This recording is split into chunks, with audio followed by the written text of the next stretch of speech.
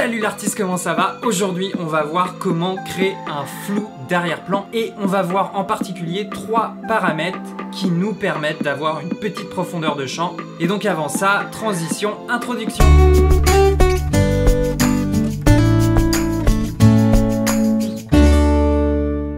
Alors, est-ce que c'est compliqué? Est-ce que c'est difficile d'avoir un beau flou d'arrière-plan? Est-ce que c'est dur à faire? Non, ce n'est pas le cas et n'importe qui peut le faire. Il faut juste bien connaître les paramètres qui vont justement agir sur la profondeur de champ. Et ça peut te servir en photographie comme en vidéo. En fait, il va y avoir 3 paramètres techniques qui vont entrer en jeu pour avoir un beau flou d'arrière-plan. On a en 1 l'ouverture du diaphragme, en 2 la focale utilisée et en 3 la distance caméra-sujet. Commençons par une petite piqûre de rappel. La profondeur de champ, qu'est-ce que c'est? Eh bien, la profondeur de champ, c'est la zone de netteté dans ton image. Autrement dit, c'est la distance entre le point net le plus proche de ta caméra et le point net le plus éloigné. Et plus la zone de netteté dans ton image va être importante et plus la profondeur de champ sera grande. Et inversement, plus la zone de netteté est petite et plus la profondeur de champ sera réduite et potentiellement plus tu auras de chances d'avoir un beau flou d'arrière-plan. Donc c'est surtout ça qui va nous intéresser. Donc là on a grande profondeur de champ et là petite profondeur de champ. Bon, si déjà c'est clair pour toi, on est bien. Maintenant, on va voir les paramètres techniques qui vont agir sur la profondeur de champ. Parce que oui, le but, c'est de la manipuler. Alors, le premier paramètre technique qui agit sur la profondeur de champ, ça va être l'ouverture du diaphragme. L'ouverture du diaphragme, que je te rappelle, fait partie du triangle d'exposition. Le triangle d'exposition, on a les ISO, la vitesse d'obturation et l'ouverture. L'ouverture, elle agit principalement sur l'exposition, mais elle agit également sur la profondeur de champ. Alors, si tu utilises déjà ton boîtier en mode manuel, en principe, tu sais déjà ça, tu es déjà au courant. Si c'est pas le cas, c'est pas bien, et si t'es encore en mode automatique, c'est encore moins bien. Bon, c'est pas grave, je suis là pour vous motiver. En principe, tu sais déjà que plus l'ouverture est grande et plus il y a un apport de lumière important qui va toucher ton capteur, mais en plus de ça, la profondeur de champ est plus petite. Quelle est la relation entre l'ouverture et la profondeur de champ? Eh bien, retenez bien ça. Plus l'ouverture du diaphragme est grande, donc plus le chiffre est petit, et plus la profondeur de champ sera réduite. Et plus l'ouverture du diaphragme sera petit, donc là on est sur les grands chiffres, je vous rappelle, il ne faut pas se tromper à ce niveau-là, et donc on sera sur une profondeur de champ beaucoup plus grande. Donc par exemple, un diaph f9, ce n'est pas une grande ouverture, donc on va avoir plutôt une grande profondeur de champ et une zone de netteté assez grande, et potentiellement très peu de flou d'arrière-plan. Alors que par exemple une ouverture à 2.8, à 2, à 1.8, ça c'est une grande ouverture et on a beaucoup plus de chances d'avoir une petite profondeur de champ et donc par conséquence un beau flou d'arrière-plan. Donc ça c'est le premier paramètre technique qui influe sur la profondeur de champ. Généralement les objectifs vraiment standards ouvrent aux alentours de 3,5 maximum. C'est déjà suffisant pour avoir une petite profondeur de champ.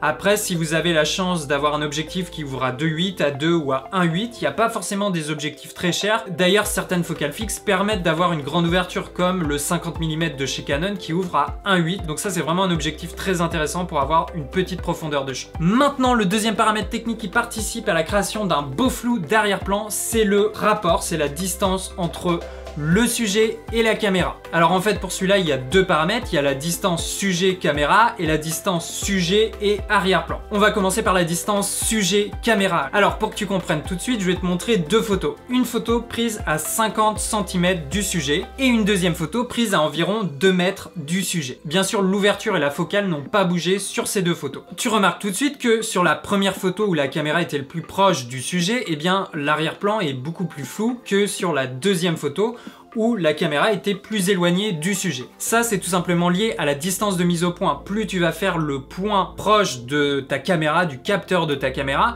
et plus la zone de netteté sera réduite, et donc il y aura une zone beaucoup plus importante de flou dans ton image. Et plus tu fais ta mise au point loin de ta caméra, et plus la profondeur de champ sera grande, et donc tu auras une zone de netteté plus importante, et donc moins de flou. Maintenant, la deuxième chose très importante, ça va être la distance entre le sujet et l'arrière-plan. Bah oui, encore une fois, je vais illustrer mon propos avec 2 photos, le cadre, la focale utilisée, l'ouverture sera la même.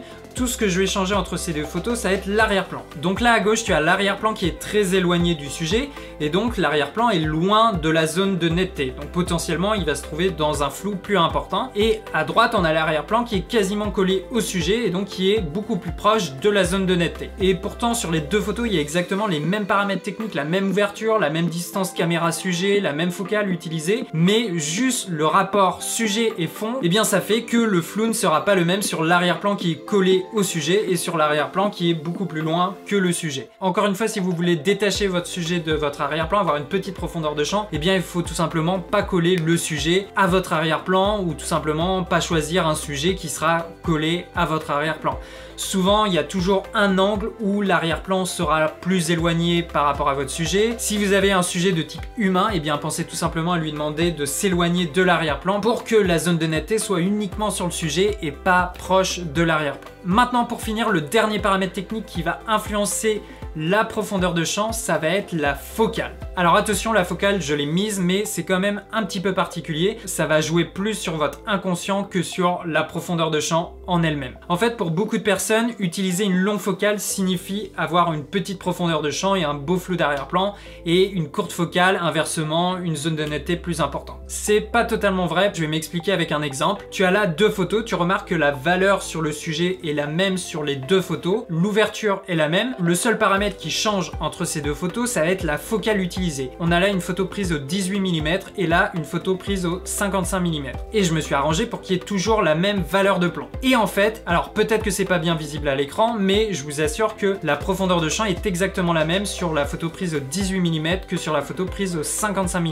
Donc ça, c'est très important à retenir et c'est une des erreurs les plus importantes qui concerne la profondeur de champ, même faite par des professionnels sur internet qui en parlent. Donc retenez bien ça, pour une même valeur de plan et la même ouverture, peu importe la focale utilisée, la profondeur de champ sera toujours la même. Donc c'est pour ça que la focale n'agit pas directement sur la profondeur de champ. Mais tout de même, pourquoi je cite la focale dans les paramètres qui influencent la profondeur de champ? Eh bien autrement dit, la focale, qu'est-ce que c'est? C'est un angle de champ. Au 18 mm, l'angle de champ est beaucoup plus important qu'au 55 mm. Et surtout, les courtes focales ont tendance à étendre les distances, alors que les longues focales ont tendance à les écraser. Et c'est exactement pour ça qu'en longue focale, eh bien on a l'impression que le flou est plus important, alors que ce n'est pas vraiment le cas, mais visuellement, eh bien il est plus important, c'est comme ça. Et c'est pour ça qu'on utilise généralement une longue focale quand on veut une faible profondeur de champ, parce que les distances ont l'air beaucoup plus écrasées, et donc le sujet va beaucoup plus ressortir de l'arrière-plan que s'il se noyait dans un plan très large.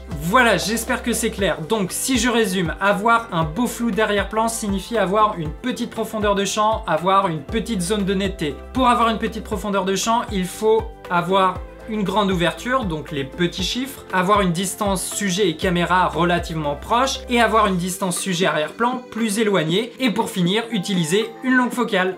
Voilà, la recette est finie. Si tu mixes tout ça bien fort, je te garantis que tu auras un beau flou d'arrière-plan et des photos de l'espace comme pas possible. Comme d'habitude, si la vidéo t'a plu et que tu aimes mon travail, tu peux me soutenir en mettant un pouce vers le haut, tu peux t'abonner à la chaîne, à interagir dans les commentaires. Il y a toujours de plus en plus de monde, jour après jour, semaine après semaine, et ça fait super plaisir. En attendant, si tu es un créateur, si tu réalises des vidéos, si tu prends des photographies, eh bien continue, c'est un loisir, un passe-temps, un métier vraiment formidable, et j'espère que tu prends autant de plaisir que moi à le faire. Je te dis à la prochaine, ciao l'artiste.